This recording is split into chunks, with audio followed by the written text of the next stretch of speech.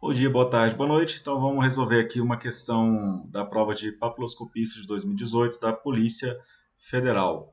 Bem, para o item, o primeiro item aí de química, né, que vai nos interessar aqui, né, vai ser esse item 115, né, que ele diz o seguinte: o sulfeto de sódio é um sólido molecular. Olha só, o texto aqui anterior ele não vai ter nenhuma utilidade em específico para esse para esse item, ok?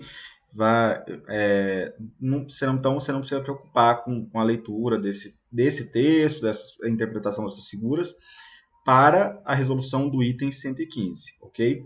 Então, o que vem a ser o sulfeto de sódio, né? Ele vai ser, então, deixa eu fazer isso aqui usando a ferramenta de texto, né?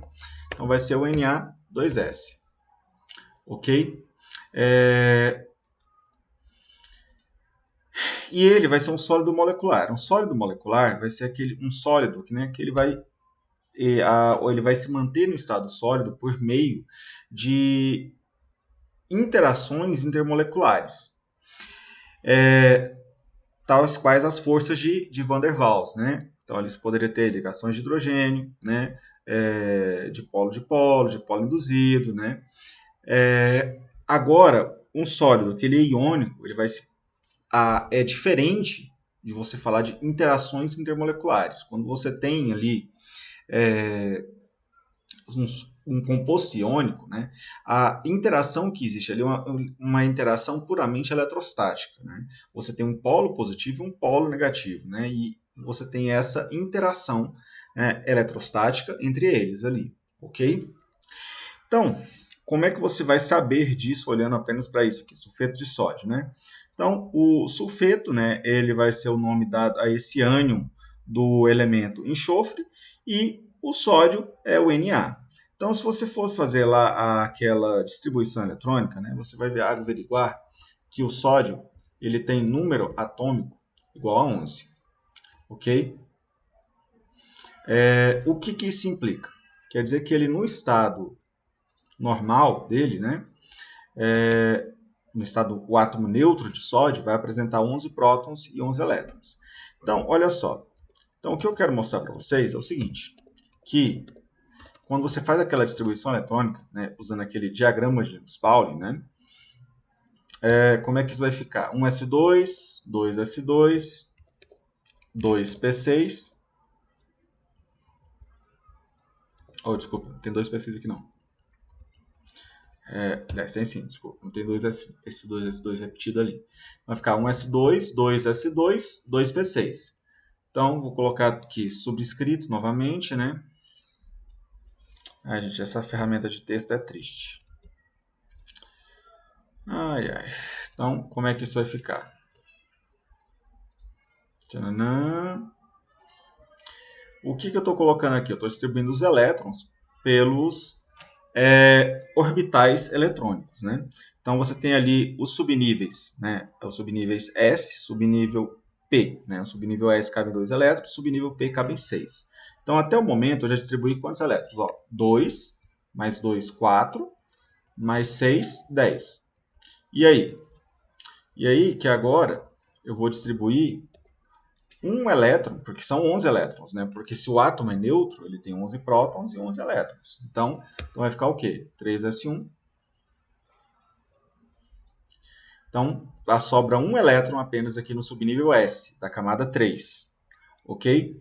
Então, o que a gente consegue interpretar disso daqui? A gente consegue interpretar que a camada de valência dele, que eu vou chamar aqui de CV, né? Camada de valência,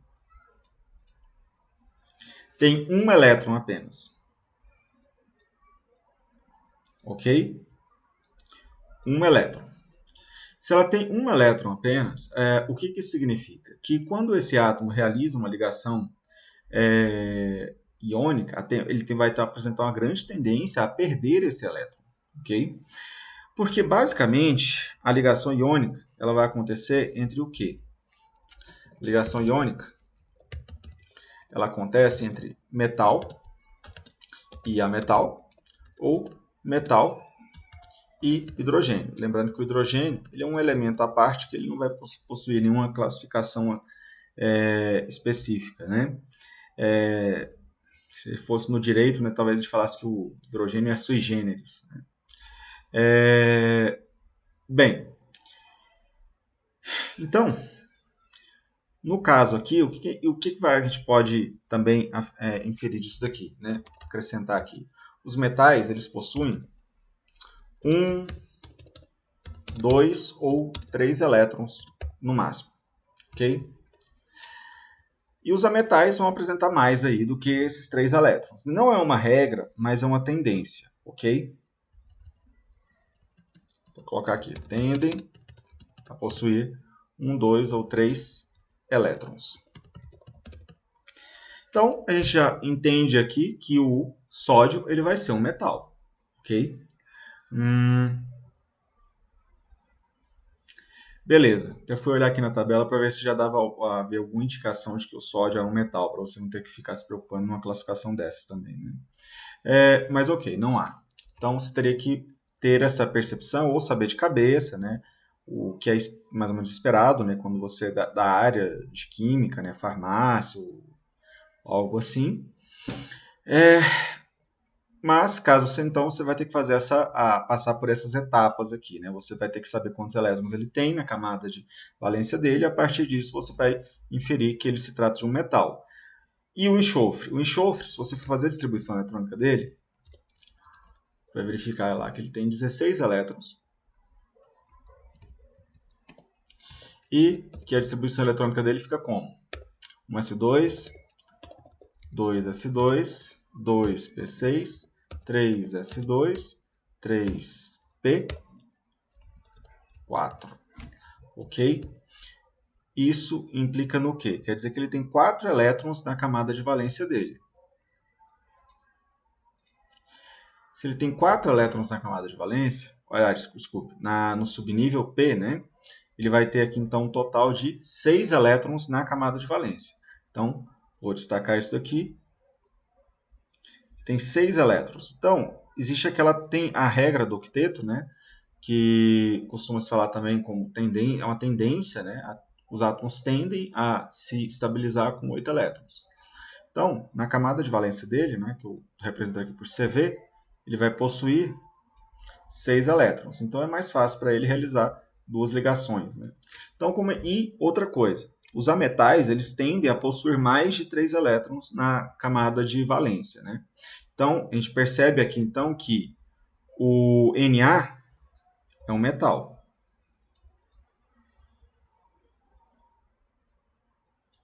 E o enxofre, um ametal. Então, se é um metal e um ametal se ligando, a ligação entre eles é o quê? Iônica. Se ela é iônica, então o sólido, né, o sulfeto de sólido, ele vai ser um sólido iônico, não um sólido molecular. Logo, esse item está o quê? Está errado. Beleza, gente? Então é isso aí. Espero ter ajudado. Se inscrevam no canal, dê o joinha aí. Qualquer dúvida, deixe nos comentários. Tchau para vocês.